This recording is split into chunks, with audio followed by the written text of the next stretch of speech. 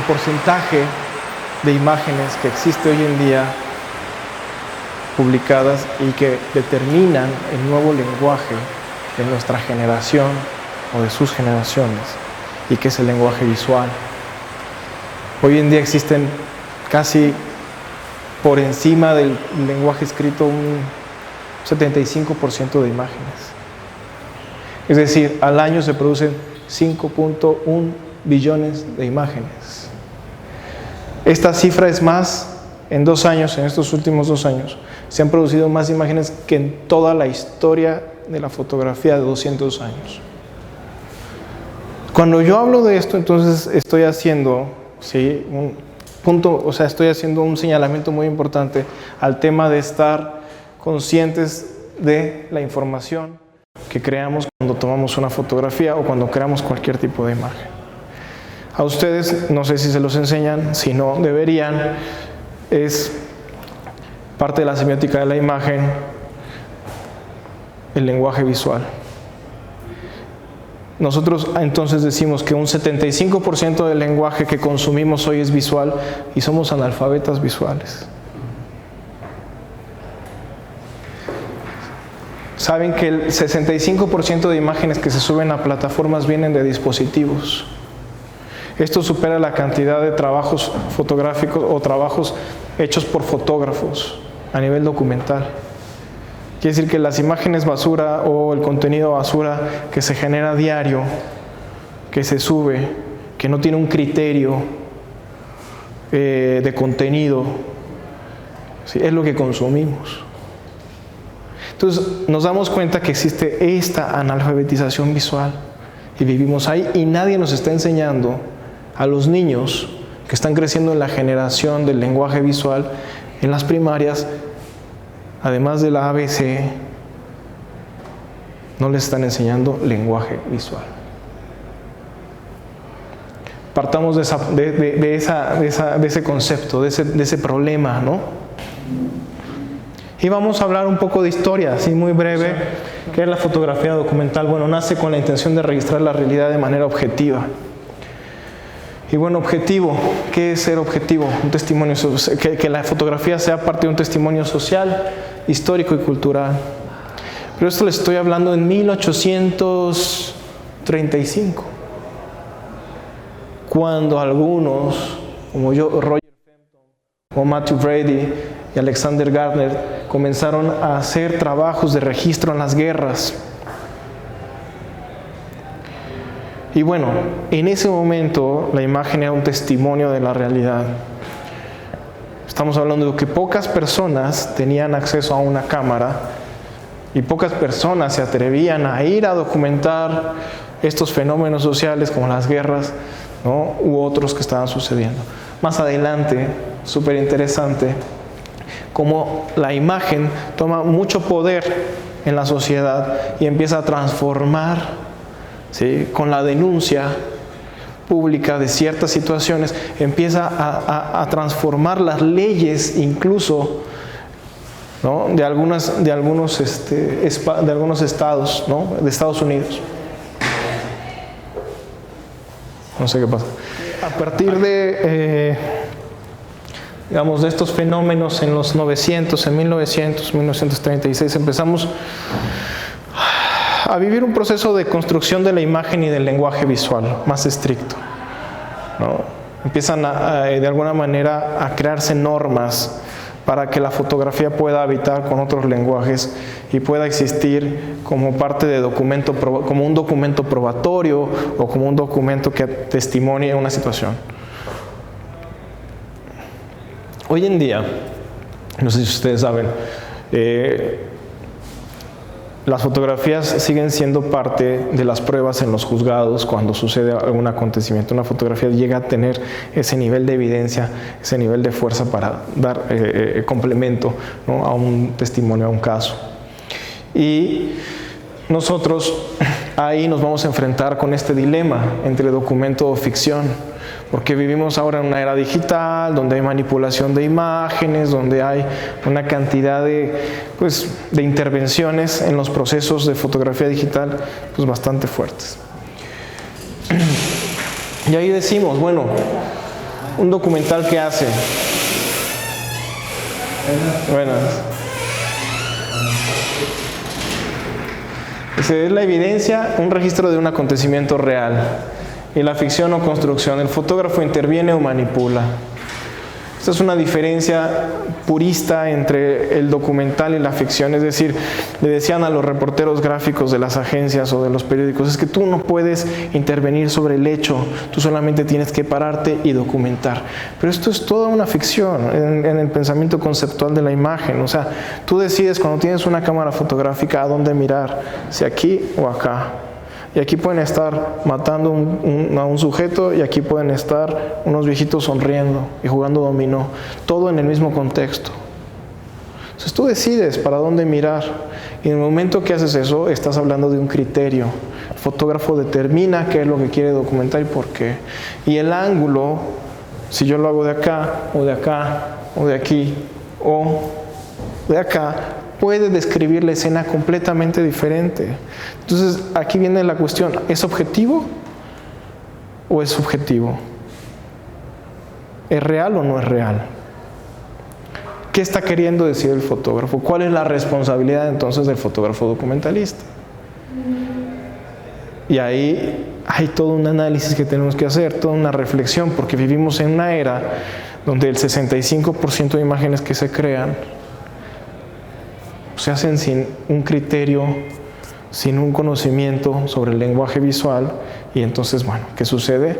Generamos una desconfianza a las imágenes, a los documentos. Es una época difícil de verdad para los fotógrafos de documental o para las personas que quieren contar una historia.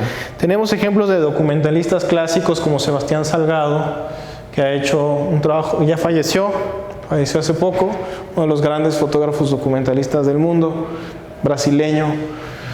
Este cuate hizo muchos libros y también hizo un proyecto increíble de reforestación, más de 100,000 árboles en una localidad de selva que había sido deforestada, y como proyecto final de su vida la reforestó completamente con su esposa.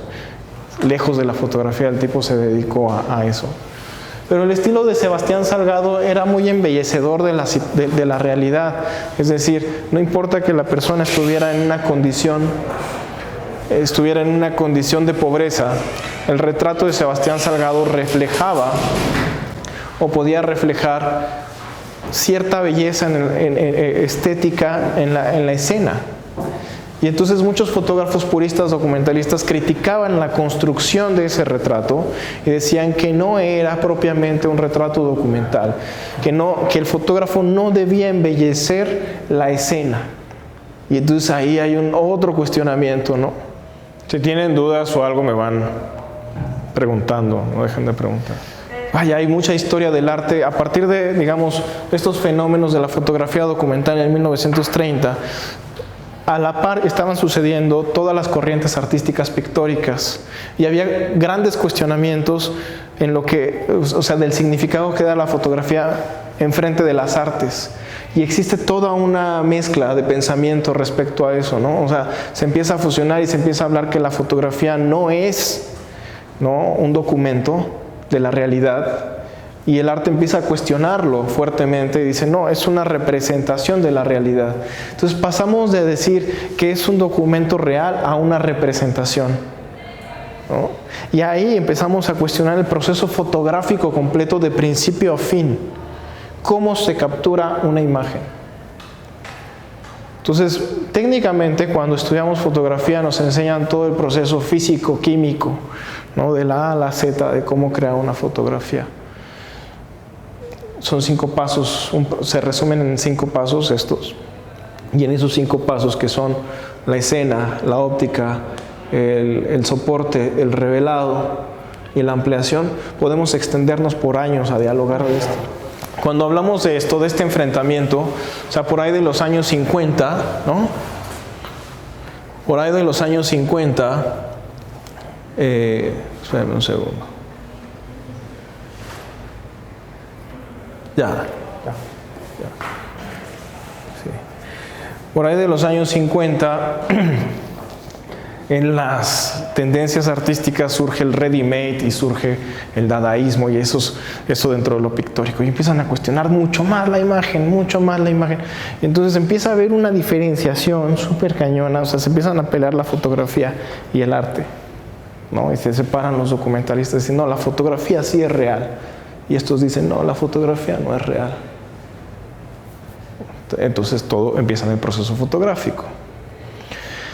¿Qué es lo que me dice la fotografía en el caso de la representación documental? A ver, una foto no puede existir sin su referente.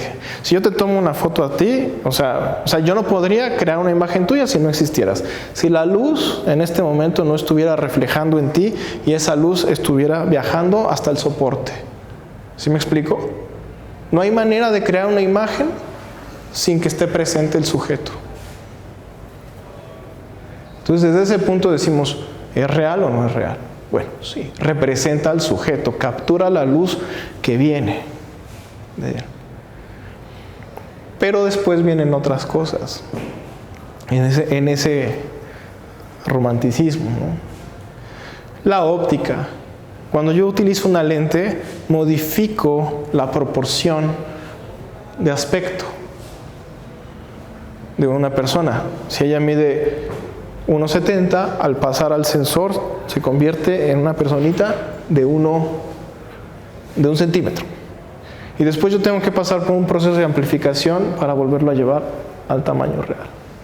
Nosotros no consumimos imágenes representadas en sus formatos originales. Nosotros consumimos fotos de este tamaño. Nuestros celulares son pantallas súper pequeñas, ¿no?, que nos dan una idea de lo que es.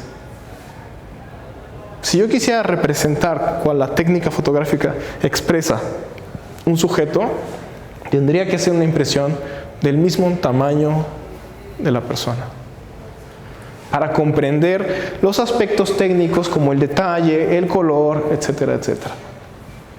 Me voy a ir todavía más lejos, me voy a enredar.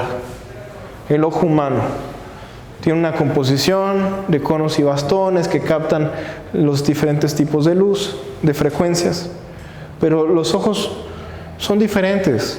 Tus ojos son diferentes a los míos. Todos vamos a tener una cierta diferencia compositiva orgánica en la construcción de nuestros ojos, pese a que todos somos la misma especie. ¿Y eso qué va a generar?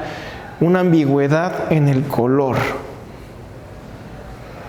O sea, el color rojo para mí, el que yo veo en tu pantalón, no es el mismo que ve ella, te lo aseguro. Entonces, bueno, ¿se crea qué? Se crea un proceso estándar de color. La fotografía empieza a crear estándares o sistemas, ¿sí?, para que nosotros podamos estandarizar eso. ¿Cuándo va a ser importante esto? A nivel documental.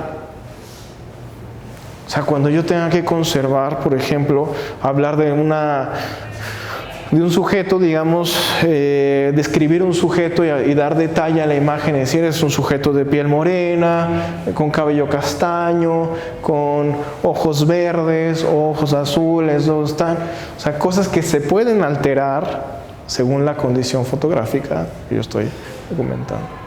Entonces, como si se dan cuenta, lo que yo estoy queriendo decir con esto es que el fotógrafo tiene una responsabilidad técnica fuerte para representar al sujeto que está fotografiando. Y cuando hablamos del documental purista, el fotógrafo tiene que tener esa preparación técnica para poder documentar la realidad.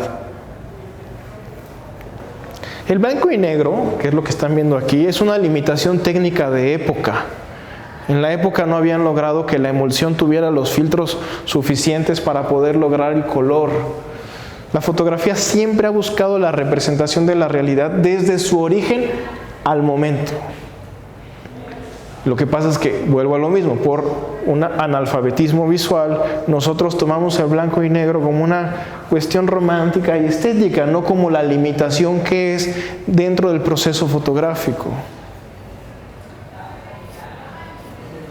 Entonces, ahí es donde nosotros tenemos que hacer muchas reflexiones, ¿cierto? Pero les quiero enseñar este trabajo de Richard Mose,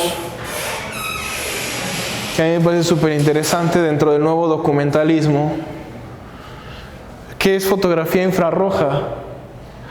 Y este cuate se mete al Congo a fotografiar a los soldados y los paisajes, ¿no? Y gana muchos premios, ¿no? Vean el formato de sus paisajes, es una locura. Pero está utilizando una técnica particular que se llama fotografía infrarroja. Y entonces los puristas dirían, no está representando la selva con los colores que son. Pero por otro lado, es una imagen muy poderosa. O sea, tenemos muchas herramientas. La fotografía digital empieza en 1994 aproximadamente, y para el momento, por ejemplo, yo creo que la fotografía alcanza su máximo, la máxima paridad, o sea, estar al mismo nivel que la película en el 2016 o 17.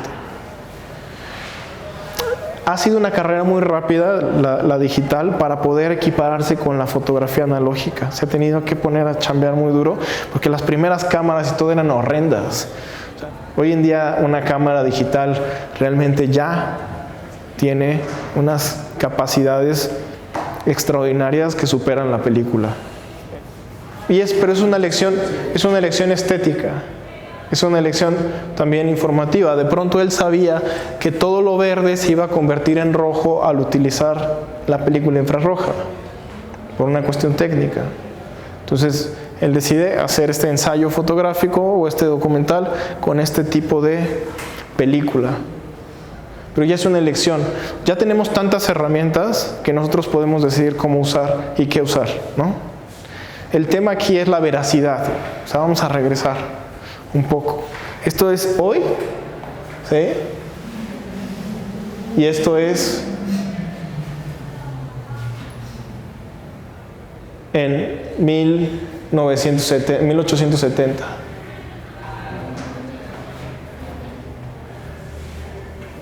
La forma de documentar para mí es súper importante.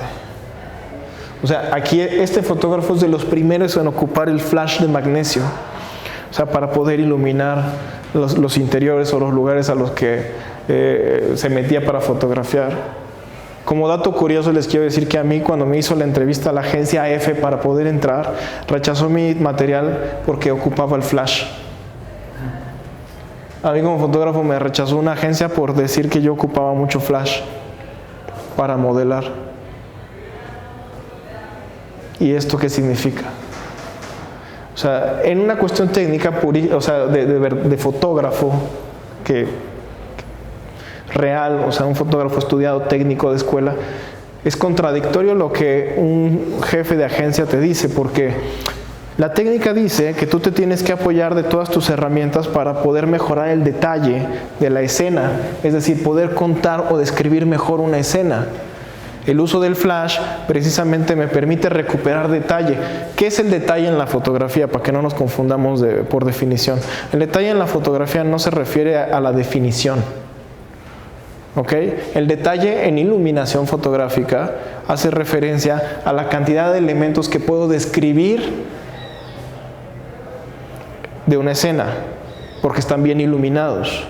El detalle fotográfico es eso en iluminación. Entonces, cuando a mí me dice un güey de una agencia que mis fotos no son válidas porque ocupo un flash dentro de una mina a 1 kilómetro de profundidad, pues le digo, no, marica, entonces ¿qué? ¿Lo ilumino con la luz de mi corazón? ¿O qué hago? O sea, ¿cómo descartas una imagen poderosa con un pensamiento arcaico del documentalismo de 1850? Y no digo 70, porque en el 70 ya ocupaban flash.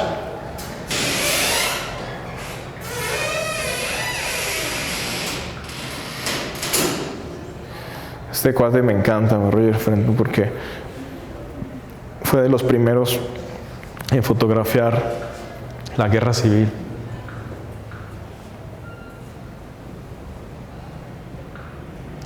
Incluso en esta época ya existía un cuestionamiento fuerte sobre si era bueno retratar los cadáveres en la guerra o no. O sea, había algunos fotógrafos, que ocultaban esta parte de las muertes y que solo fotografiaban como las convivencias de los regimientos, el paisaje.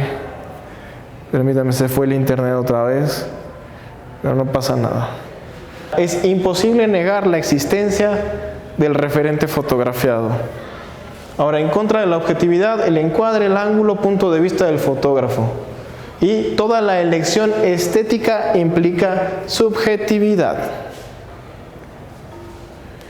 El 70% de contenido visual es basura. ¿Y qué encuentro en ese contenido visual basura?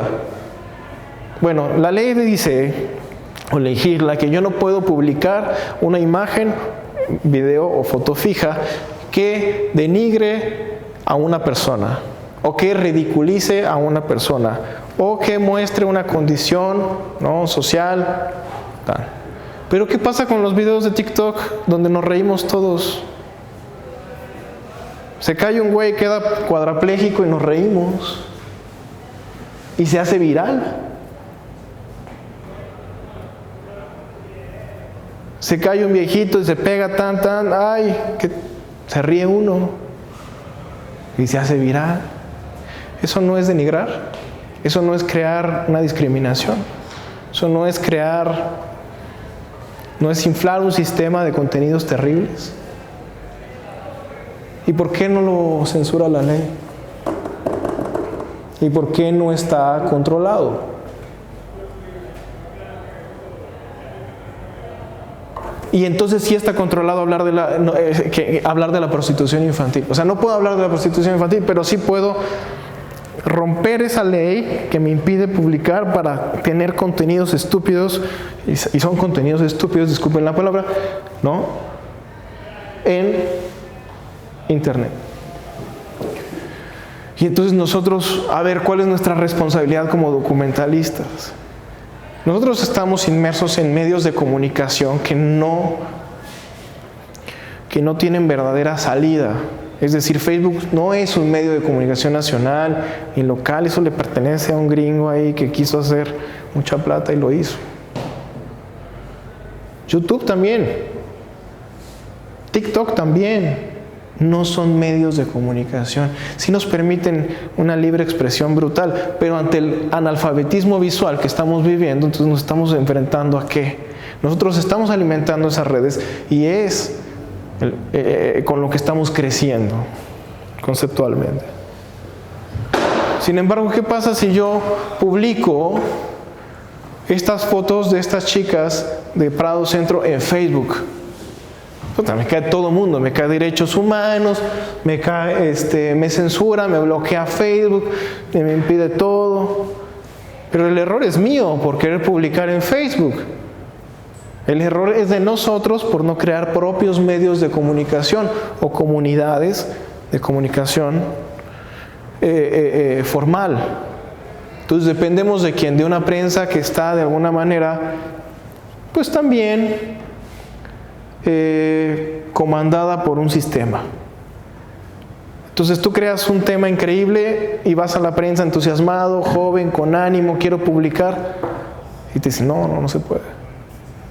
Y tú encuentras un límite y dices, ay, ¿ahora qué hago? No, bueno, la invitación de este speech también es a crear comunidades fuertes de fotógrafos, de videógrafos, de documentalistas, ¿sí?, que puedan alimentarse desde un trabajo colectivo comunitario. Entonces, cuando se trata de respetar el trabajo y los derechos de autor, sí es mi problema, porque ya no es mi trabajo, pero cuando yo lo publico y esto ya se va a mayores, entonces ya sí es mi trabajo. ¿Sí? Y tú nunca pierdes tu autoría, siempre y cuando la registres. Ahora esto es otra parte importante del documental que está sufriendo, ¿no?, el documental, y es por qué nosotros no buscamos historias, por qué no queremos leer historias visuales o escritas o lo que tú quieras. O sea, ¿por qué no? Porque no queremos confrontar una realidad dramática. Y entonces, ¿eso a qué nos lleva? A buscar al güey que se cae, se rompe la pierna y reírnos. Es una evasión de la realidad. Yo trabajé con la minería ilegal casi 8 años. Trabajé con la migración en el tren, en la Bestia, allá en México, otro rato. Y así durante un tiempo. ¿Y qué pasó? Pues me fastidié. Ellos están denunciando una situación desde 1870 y nosotros seguimos hablando de la migración como un problema en el 2025. O sea, los gobiernos nunca han logrado desde hace 200, 100 años, 150 años cambiar la situación que dicen que cambian. Ahí está. Yo puedo ir y hacer la misma foto que ellos hicieron en 1870 en México. Explicando un poco más mi estilo de retrato y entendiendo la técnica fotográfica que les hablo, pues yo le digo que se siente aquí, yo le digo que pose, yo le digo que me mire. Estas son fotos mías. Entonces, yo por una cuestión particular me gusta este fondo, entonces lo pongo en ese fondo. O sea, limpio mi imagen para hacer un retrato, ¿no? Y no quise sacar sus contextos, no quise sacar sus casas de palo y no quise sacar otras cosas. ¿Por qué no quise sacar las casas de palo? Porque ya lo expliqué, el lenguaje visual no es universal, el lenguaje visual se reduce a su contexto. ¿Qué pasa si yo les muestro una casa de palo? Van a decir, ay, pobrecitas personas, viven en la pobreza extrema. ¿Por qué? Porque nosotros que vivimos en una ciudad denominamos ese tipo de construcción, ¿sí?, como una carencia, digamos, en nuestro entorno social. Es decir, una gente que no se puede construir una casa de tabique, de cemento, es una persona pobre. Pero en la selva no. En la selva ellos no necesitan una casa de cemento. Llevan 40 años, 50 años viviendo ahí. Son re felices, no les pasa nada. Tienen comida de los árboles, tienen comida de la casa. Tienen aire puro. Entonces, ¿qué hago yo con este trabajo reciente? Esto lo hice el mes pasado en Brasil. ¿Qué hago con estas fotos? Contar historias. Este cuate llegó a ganar 500 kilos de oro.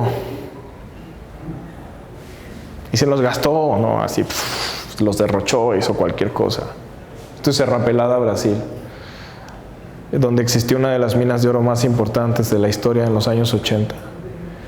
Este cuate llegó a tener 500 kilos de oro. ¿Saben qué se siente ir a conversar con un millonario que ahora ya no tiene nada? Pero no por el hecho de que no tenga nada, o sea, sino por el hecho de que se lo vivió. Hay gente que puede, es como esta gente, vivir su dinero, gastárselo todo y después seguir feliz en la vida. Nosotros, en un sistema en el que vivimos, si ganamos 500 kilos de oro, los tenemos que cuidar un chingo para que no tenemos jubilación y tenemos que vivir cuidándonos el resto de la vida. Estas personas no, porque se gastaron toda la plata y de todas formas tienen comida, tienen casa, tienen agua, tienen luz, tienen todo, viven tranquilos. Los niños caminan así encuerados por las calles, los bebecitos así, los ves como a 5 cuadras de su casa solitos caminando, nadie los molesta, no hay violencia, no va a pasar nada. Entonces, la fotografía, ¿sí?, maneja contextos que pueden ser muy locales. Y si yo creo una foto, tengo la responsabilidad de que, si esta foto yo se las iba a enseñar a ustedes o al público de la ciudad, yo no quería el comentario de, ay, pobre gente, que es el primer comentario que uno escucha cuando trabaja temas sociales. No, esta no es pobre gente. En las ciudades existen estos índices. Soy pobre, soy rico, tal. Pero aquí no, porque las otras cuestiones, por ejemplo, lo que digo, alimentarias o de comodidades básicas, las tienen. O sea, la farmacia en esta comunidad cierra a las 7 de la tarde. Y yo preguntaba, ¿y si alguien se enferma? No, es que no nos enfermamos. Hablando de la creación de la fotografía documental en 1850, o sea, ese es el inicio.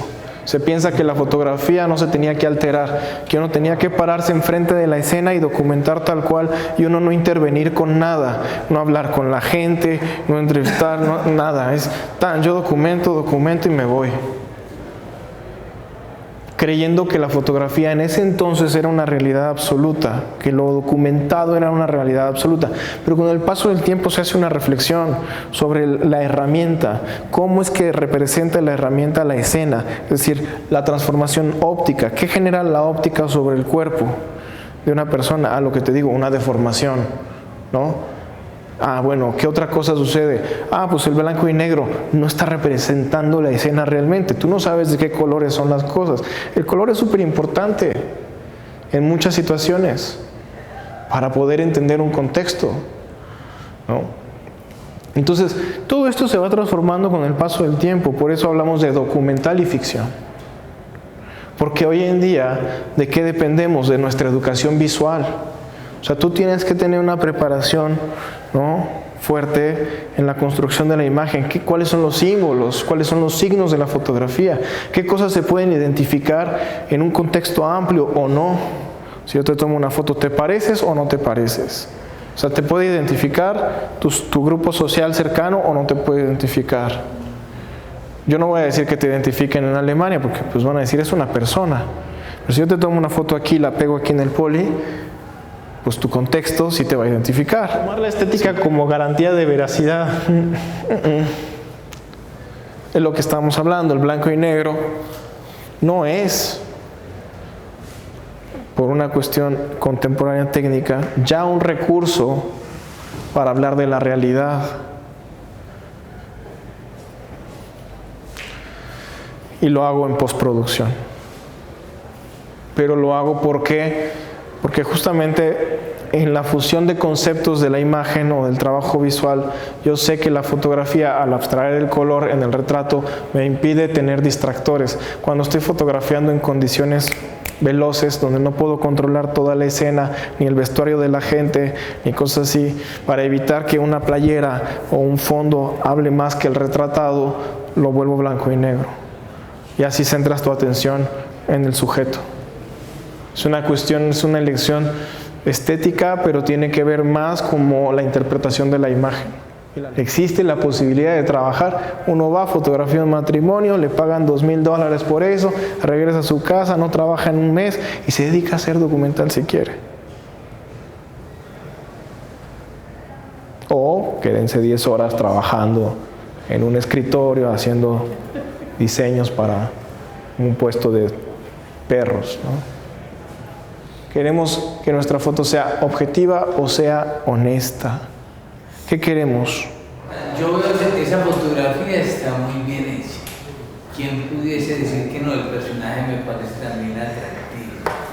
Pero yo nunca hubiese podido pensar que ese señor se gastara de cuántos miles de millones de... Claro, en una realidad, digamos, de registro documental, aquí la cuestión es esa contradicción, particularmente lo que está diciendo Joche, que para eso también tengo que enfocarme a redactar una buena historia. ¿Cuál es mi propósito con estas fotos? O sea, lejos de haber logrado, digamos, estos registros, estos bonitos retratos, estos fuertes retratos, es que nosotros como fotógrafos documentales también tenemos que aprender a visualizar a nuestros trabajos transformados en otras cosas. Estos cuates no solo se gastaron todo en alcohol, juego y prostitución, también le compraron casas a los que no tenían, compraron comida a los que no tenían, hicieron muchas cosas. Por eso yo no voy a decidir juzgar desde la línea clásica de la pobreza, sino tengo que hablar de la riqueza que es esta persona desde muchos ángulos, de lo que ha hecho a lo largo de su vida. Vos tenés el concepto claro de que el documental como tal, la fotografía documental no es la pose específica respecto a la rutina o a la cotidianidad de lo que sea. Eso es una puesta en escena, lo que está pasando ahí con Chico, él tenía la mamá y estaba apoyado. Él ya casi no puede caminar, y eso que están viendo ahí en esta foto es un túnel, es un túnel vertical, un tiro vertical de 40 metros, él sigue buscando oro, y eso me encanta, y tengo la foto del túnel para contextualizar. Ahorita estas fotos no están contextualizadas con otras que eso es parte del documental, o sea, poder tomar a través de más de una fotografía, narrar, digamos, una situación. Pero como a mí me parece increíble que él siga buscando oro, porque una frase para mí, una frase que construí durante el tiempo ahí, es: algunos se quedan esperando el oro, otros lo buscan. Y Chico Osorio nunca dejó de buscar el oro, entonces eso me parece muy interesante, metafórico y poético y tal. Pero bueno, él está haciendo un túnel de 30 metros de profundidad, primero en un tiro y después hacia allá. Yo quería bajar con él y tomar una foto allá abajo, y no conseguí estar en el tiempo correcto, porque para poderlo bajar había que amarrarlo, y hay unas frases también que fui recolectando de la comunidad mientras hacía entrevistas, y es garimpero nauta in miseria, que es la forma de decir que minero, garimpero es aquel minero que se dedica con su batea a sacar oro, ¿no? Y ellos dicen garimpero nauta in miseria. Ellos no son gente miserable con los demás, con la comunidad. Hay gente que estuvo toda la vida ahí en ese pueblo y no sacó oro, nada. No, este se la pasa volteando y haciendo chistes y todo, y al final se quedó ahí. Cuando cierra la mina en finales de los 80, la mina más grande, se crea un colectivo muy enorme que se llama Comigaspi, que es como un sindicato, hazte cuenta, de los 80,000 mineros que trabajaron ahí. Entonces, para que pudieran reabrir esa mina, cualquier otra empresa tenía que negociar con la Comigaspi, y entonces había todo un enrollo político ahí.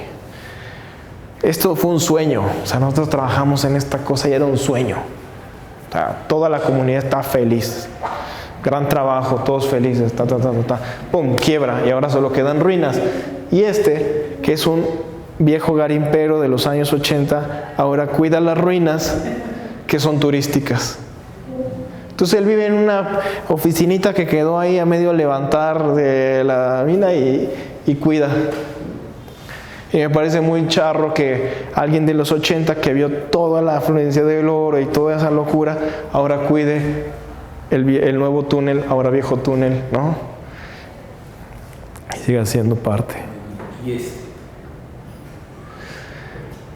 Julio ya perdió la vista. En realidad es curiosa esta foto porque él está ciego.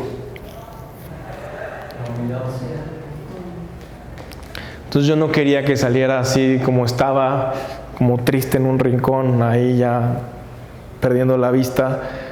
Y le dije: cierra los ojos y ábrelos lo más que puedas cuando yo te diga para hacer el retrato. Y bueno, la idea era dignificarlo, ¿no? O sea, las fotos son monumentos. O sea, por ahí en las calles luego vemos por ahí una cosa de cobre o de metal de algún político, de alguna, o sea, no sé, lo que sea. Y dices: ¿quién es ese güey? ¿O qué hicieron? No se sabe nada, están los monumentos ahí. Las fotos son monumentos, dignifican a la gente. Técnicamente, aparte de esa directriz que abriera los ojos en el momento indicado, ¿cómo iluminaste al personaje? Esto es luz natural. Y esto es el reflejo de su casa que está pintada de blanco.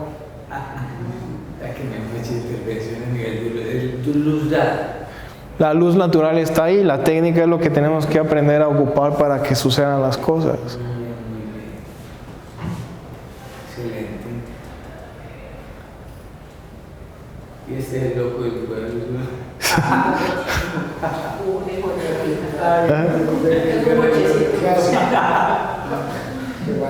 Vamos a acabar las preguntas y vamos a acabar, muchachos. Esto es lo fastidié como 3 horas para esta foto. Para que se van a tomar la foto. Bueno, hermano, yo lo veo muy bien. ¿Ustedes tienen alguna otra pregunta? El hombre tiene aquí sus raíces también clavadas. ¿Piensa de pronto volver a impartir fotografía por estos espacios? Porque muchas cosas lo están llamando a Colombia. Entonces, hermano, muchas gracias. Creo que ya te va a preguntar otra cosita, ¿no? Era un bostezo. Bien. Una inquietud, pero usted cree que tiene a Juan Rulfo como fotógrafo. ¿Ah? Juan Rulfo como fotógrafo. Bueno, él tiene una foto de un perro que me gusta mucho, que está todo bravo, que quiere llegar a morder a una persona y el cuate no se movió y la tomó así a punto de que lo mordiera. Ya comprendido todo esto que hablamos hoy, escogen una línea muy particular para desarrollar conceptos de imagen. Para mí es como lo que les digo, la foto es un monumento, hay que dignificar a las personas a través, no importa su condición social, ¿no? O sea, el trabajo del fotógrafo es contar la historia y dignificar. Muchas gracias por compartir. Ahí si quieren ver el trabajo, me siguen en Instagram, Eugenio Morales. Ahí. Excelente.